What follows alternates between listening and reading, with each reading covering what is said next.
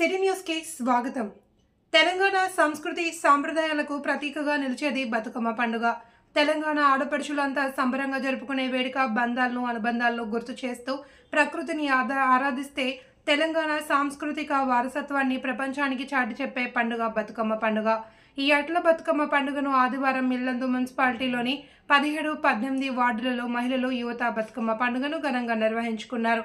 ఈ కార్యక్రమానికి ఇల్లందు ఆర్యవైశ్య మహాసభ Vasavi club VM మిర్యాల foundation ఆధ్వర్యంలో వారికి కావాల్సిన సదుపాయాలు సమకూర్చారు.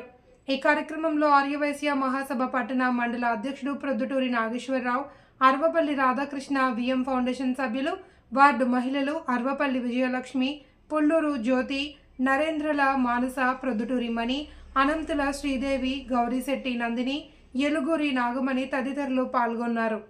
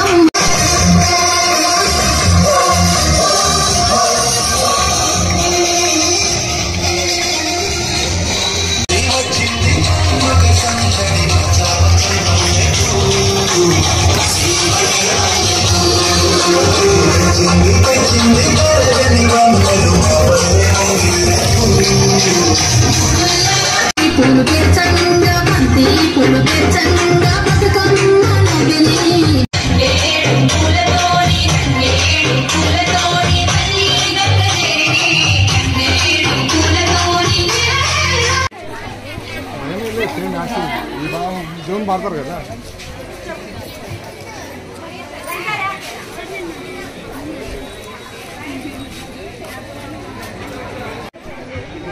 ఇక్కడికి వచ్చేసిన మహిళలందరికీ అట్ల తదియ బతుకమ్మ శుభాకాంక్షలు.